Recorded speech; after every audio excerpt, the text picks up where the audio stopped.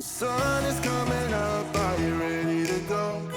Hey guys, today we are making lazy cinnamon rolls, and this is a recipe that I have on my blog. The link will be in the description down below. And the reason I call these lazy cinnamon rolls is because I'm a little lazy and sometimes I don't want to make a separate dough for bread and a separate dough for cinnamon rolls. So I will just increase my bread recipe and then I can have a loaf of bread and a whole pan of cinnamon rolls all in one shot. Less dishes, less cleanup, and they taste delicious. I don't have to worry about messing with any egg in the dough or any milk in the dough, and these are vegan, so they're vegan friendly as well. Before we get started, don't forget to click that subscribe button and click the bell if you want to be notified for all my future videos. So the first step is to mix the dough, and I have a tutorial, a really long step-by-step tutorial on how to make bread, and in that tutorial I go over how to make the dough, and that is a little bit important, especially if you really want a really light and fluffy dough. You want to make sure that you don't add it too much flour or it will come out dense. So I will include the instruction to my bread making video in the description down below if you want to check it out. But today, to make this a lot quicker and faster, I'm just going to go ahead and quickly mix the dough together, and then I will show you the steps that it takes to make the cinnamon rolls. To make the dough, we're going to add 2 cups of warm water, 1 tablespoon plus 1 teaspoon of instant yeast. I love the SAF brand instant yeast.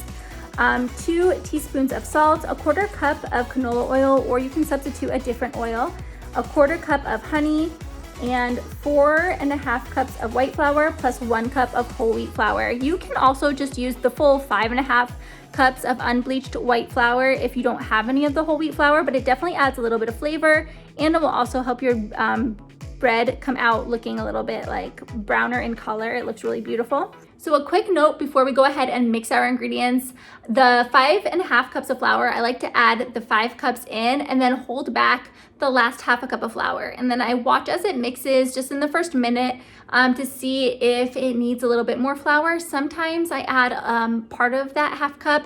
Sometimes I'll add the whole 1/2 cup. Really, it just kind of depends on, one, how tightly packed your flour is. Obviously, you want the flour to be really light and fluffy as you scoop it. And also it could depend on the flour, like if it needs more hydration, or even the humidity where you live. So a lot of different factors can go into that. So go ahead and add the 5 cups of flour, keep that 1/2 cup back, and then just kind of keep an eye on the dough. You want the dough to be pretty sticky, but you want it to be forming into a ball as it is spinning. If you have any questions about what the dough should look like, definitely take a look at my bread tutorial, because I go into a lot of detail about how that dough should look so that you can get a really fluffy dough without it being dense.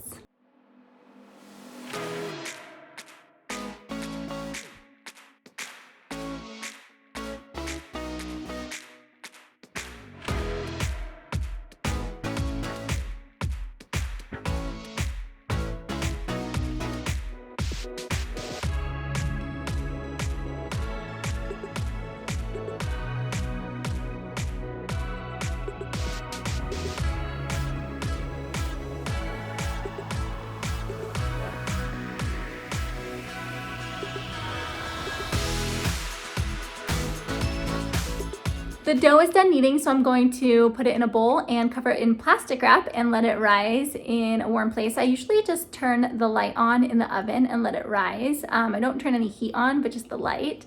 And it creates just enough heat to allow it to rise just a little bit quicker. And then after it's done rising, we'll go ahead and roll out the cinnamon rolls and get our loaf of bread ready for the second rise. So here is our finished dough, and you can see that it's definitely staying in a ball, which I really like. And if I turn the mixer on, you can see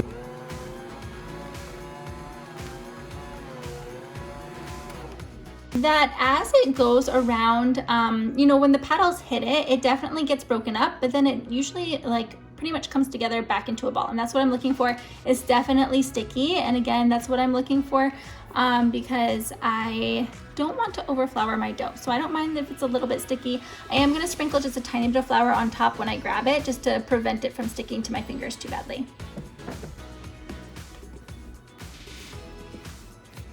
Okay, so I'm just going to go ahead and knead it into just a nice little balls. Honestly, usually I'm really lazy and I just pull it right out of the mixer and throw it right into the bowl that I have. And you saw that I had barely like any flour sprinkled on it. And even though it was so sticky when I was touching it, look how like it really is just so like silky. Like it's so soft, it's really not sticking to me, and it is beautiful. So we're gonna go ahead and add it to our bowl, and I'll cover it with plastic wrap.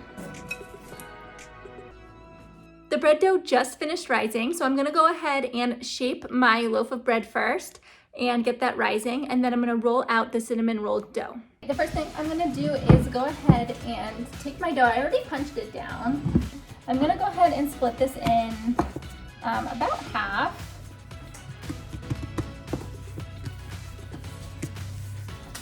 Trying to get some of those air bubbles out. So I'm gonna go ahead and divide this in half.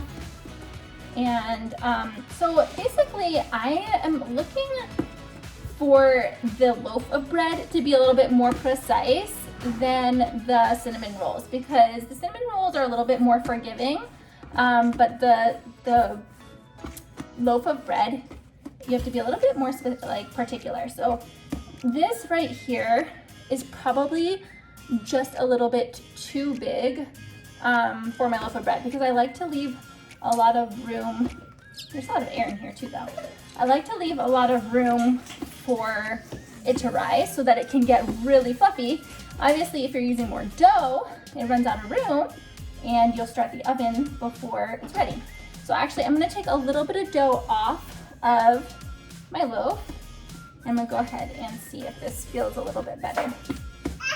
And you'll see I am adding a tiny bit of flour. Oh, Lynn, what are you saying? I'm adding a little bit of flour on the counter just to prevent it from sticking. But okay, so this one looks a lot better. It's just a tiny bit on the skinnier side. I'll go ahead and put this in my pan, and you can see kind of what that looks like. There's a little bit of space on all four sides, and so I know it'll give it enough space to rise up, to rise out a little bit. I'm gonna go ahead and spray this with a little bit of water so that my dough stays nice and moist. And then I'm gonna go ahead and just put it again into that warm oven and let it begin rising. So the next step is the cinnamon rolls. In order to roll them out, I am going to add quite a bit of flour here on the counter because I don't want the dough to stick to the counter while I'm rolling it. Kind of helps to kind of just form it into a little bit of a circle before getting started. The bottom is gonna be kind of messy looking, but it'll get nice and pinched together here. And then we're gonna go ahead and roll it out. The top of the dough feels a little sticky as well, so I'm just gonna add a tiny bit of flour and we're gonna begin rolling it.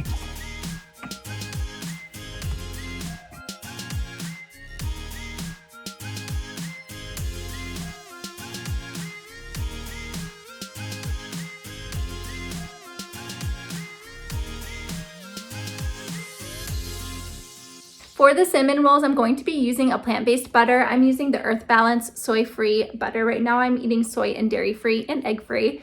And so I'm just gonna go ahead and use this to replace the butter. But obviously if you can have dairy right now, definitely just use some butter. And in the recipe, we are going to be using 1/4 cup of melted butter, 1 cup of brown sugar, and a tablespoon of cinnamon. I have my melted butter. I'm gonna go ahead and spread that onto the dough. The dough is approximately 9 by 18 inches. It doesn't need to be exact because you could just make them just a little bit shorter, a little bit longer. So here we go, we're just gonna spread this out. I love these like silicone brushes because they're just so easy to clean. I love using them for barbecuing and barbecue sauce, spreading butter. Okay.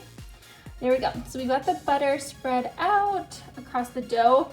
Usually like the very edge, I like to keep clear so that at the very end when you seal it together, you don't have the butter getting in the way of it sealing. And we're gonna go ahead and add a cup of brown sugar. All right, here's my cup of brown sugar. I am gonna kind of just use my hand to spread it out a little bit so that it doesn't all end up in one big clump. Okay. And then if you just like lightly pat it into place. Sometimes I think of cinnamon rolls almost being like a dessert because they're so sweet with the brown sugar and the cinnamon tastes so good. Oh wait, what's wrong? And then I'm just gonna go ahead and add the tablespoon of cinnamon all over the brown sugar and we'll roll it up.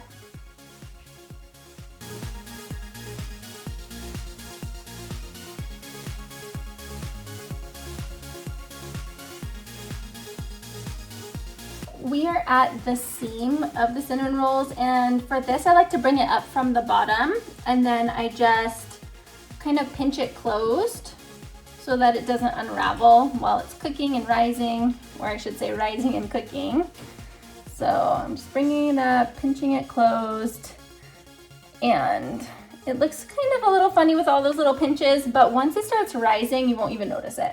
Let me tell you about one of the cinnamon roll tricks that seriously is like life-changing when it comes to making cinnamon rolls. So normally you would use like a sharp knife to cut them into pieces, but anytime you're doing that, sometimes the dough wants to stick to the knife, especially if you're using a dough like mine where it's a little bit on the stickier side. And also sometimes it will like flatten out a little bit. So I use some dental floss, and you want to make sure that it is unwaxed and unflavored. Yeah, I almost said unscented, unflavored. Because obviously when you're cutting it using the string, you don't want any of that flavoring on your cinnamon roll. So I'm gonna go ahead and use a little bit of this. You just slide it underneath and then you just cinch it closed and it cuts it so easily. So you'll see me doing that on the next step.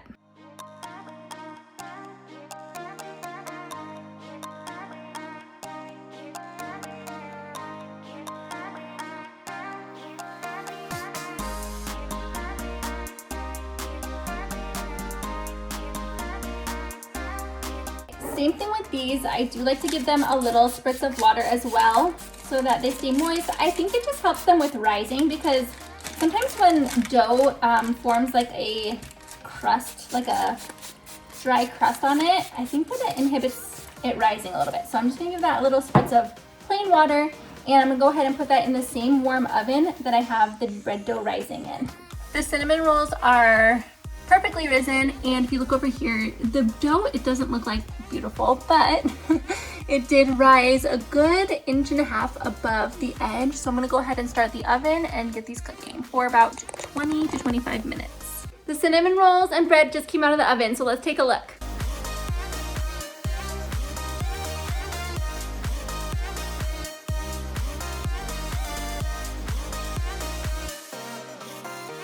For the frosting, feel free to do what you prefer. I know a lot of people like to include cream cheese in their frosting for their cinnamon rolls, but I prefer to use just a buttercream frosting that has been thinned out a little bit with warm water. So for my frosting, I use 1/4 cup of softened butter, 1.5 cups of powdered sugar, 1 teaspoon vanilla, and 3 tablespoons of warm water. I mixed up a little bit of frosting here, and I thinned mine out a little bit with a little bit of warm water so that it would kind of give it like a little bit more of a drizzled effect. But if you want to keep it thicker and just smear it across all of the cinnamon rolls, you can totally do that. So I'm gonna go ahead and add this to my cinnamon rolls.